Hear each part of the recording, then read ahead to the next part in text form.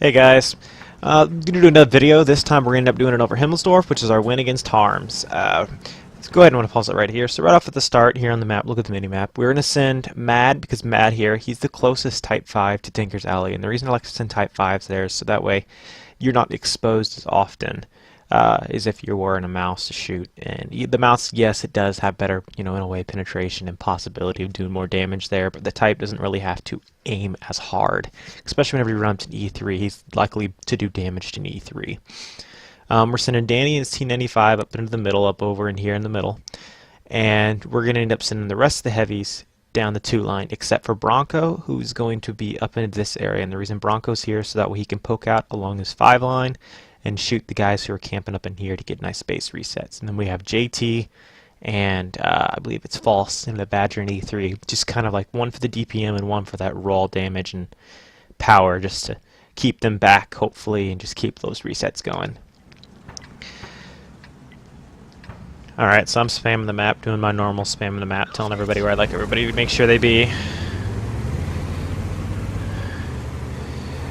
Alright, now we're going to see that this EBR is going to come through the middle of the field.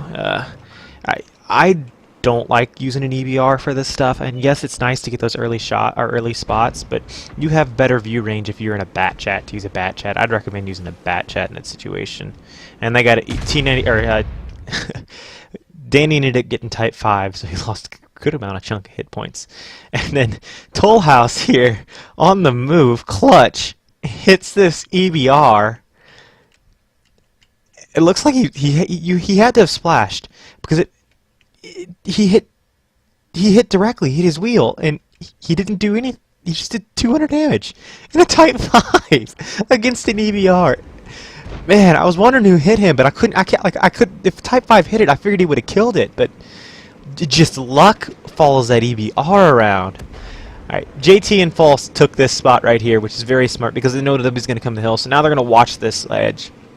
I think we should be doing that from now on in the beginning. Instead of just coming up and sitting down, we definitely need to be watching this. And another thing I like to point out, Chain was the only one to come around this K line, which is a new move that we're going to have to start doing as well, because we end up, whenever we faced Otter, we ended up getting lit like crazy through here. So we need to take this back road and take the longer road. Yes, it sucks because we're super heavy and it takes even longer, and that increases the chance of them capping us out, but we end up not getting spotted as quickly, and they don't make that move. So probably by the time we'll be spotted, we'll be here, but we'll all be in a straight line instead of turning and slowing each other down.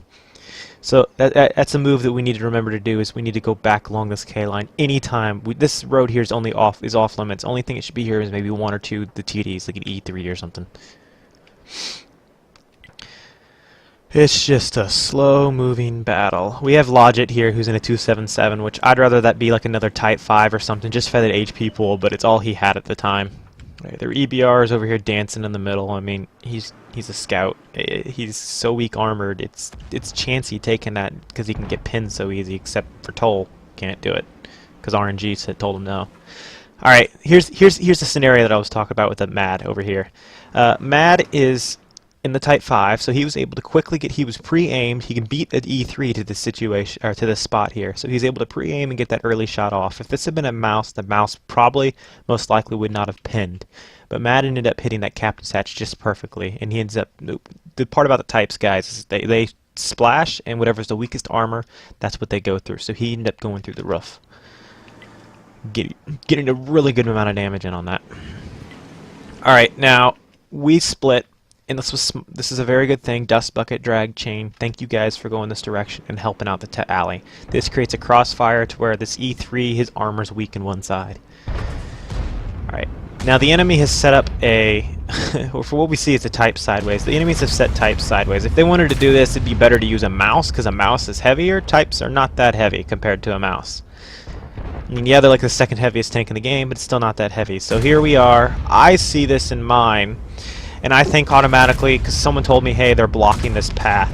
So we took that out right there, but I think in my mind, I think I'm going to come over here, try it, and I'm just seeing myself, okay, is this really what they're doing? And I'm going to start turning. Yeah, see, look, I start turning, I'm hitting this alley. Because there's no way we're going to get through that effectively. It just take too long. So I told Chain, and I believe I also tell Sliver, and Marty ends up joining us as well, and we start pushing down this line. And Toll stays here. Toll is just here to look at the HP. Toll should win this. Toll's got his frontal armor to this guy, and Toll's shooting the side of him. Okay, see, look, he did 196 damage. This guy aimed for Toll's track. If he, I mean, I guess he's got no other shot but Toll's track, so which is really good part on Toll.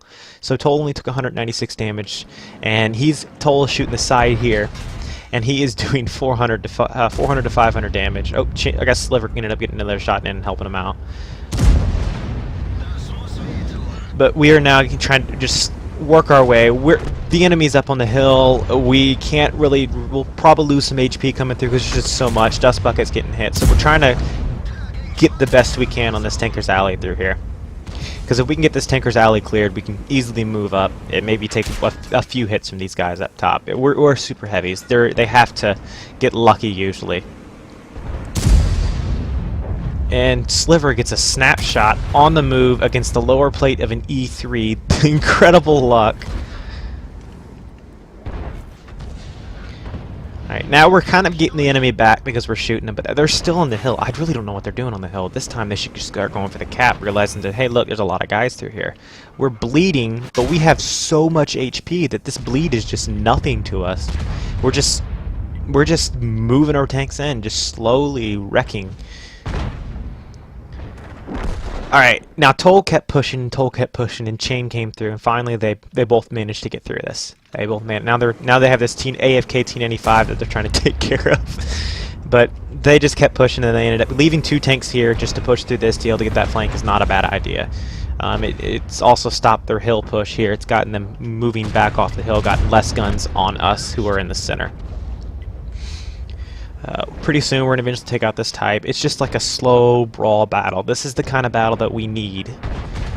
We do so much better at distance because our armor is so much more effective.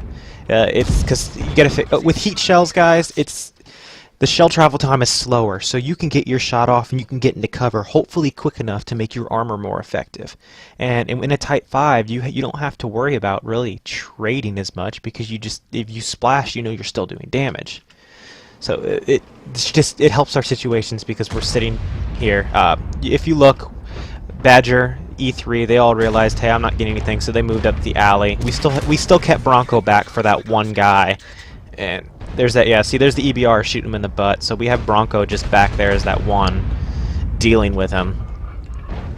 So in case they do come up, get that reset. All right, so we got Chain and Marty here. They're getting rushed. Chain's gonna end up dying because they're rushing. They fell back, and we're trying to push this Tinker's Alley.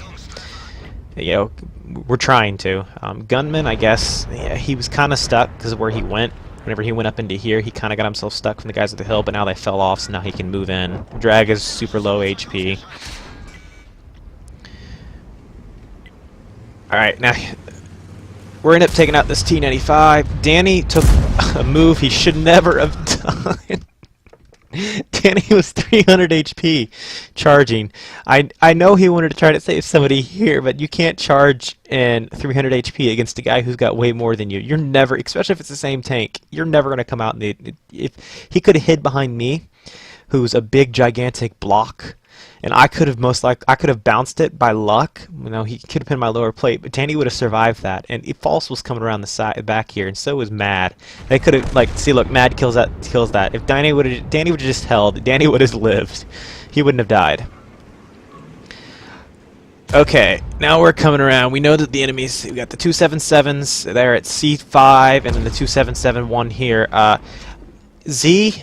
Okay, guys, here's what I see, and I'm in my mouse. I see that Z is on this flank, and I look at Z's HP. He's 820 HP, and I know he's got the autoloader. So you can see that Z is hitting this, and he's shooting. He's trying what he can. He's gonna get shot in the back here by that EBR any second now. But what I see is I know I've got False behind me, and False told me, hey, what False should have done is come this direction, seeing that I'm heading this way. So that way he could, because in my mind, here's what I see. Gigantic, heavy moving tank versus itty bitty 277. I don't have much HP, but I know he fired on Z, so I have enough time to come through, and I'm going to push him. I see pushing him into gunfire. Now, False would have been there. False could have taken him out if Z was on reload, and it looks like Z might have been on reload, but I ended up ramming him to death for 24 HP. But that's what I seen. He's behind cover, so I'm going to eliminate his cover using my entire tank. Now, False just goes over, he tries to deal with this guy. I think about getting a shot, and I decide, no, I'm a one-shot, I'm not going to do that. So I'm going to wait for the guys to come up off the hill. I'm going to use these guys here. Okay, now since we're done with that, I'm going to go to my view of what I see with stuff. I think, alright, well, I'm going to look to the left. I'm going to use the dead tanks as cover in case they rush to my right side. It gives me the advantage. They could hit the guns, they could hit the dead tanks. It's just harder to hit me. All I have to worry about is one side. But we end up capping. Alright guys, real quick before I end this video, I'm going to show you why it's so important to make sure you guys aim in your type. If you look, Dragog here, he's shooting the gun mantlet of the E4, just 315, straight into the gun mantlet. But now he's aiming for the captain's hatch, and he ends up hitting for a nice 608 damage. It's 200 HP difference. It is so important you end up aiming for those weak spots. Look, turret rings, 475, and then finally he's going to end up hitting here, straight up directly in the lower plate, 561. I hope the information you guys got from this video helps you out, and I decided to show a winning battle considering the last two that I ended up showing were of us doing a loss, and I figured, you know what, let's boost up some morale.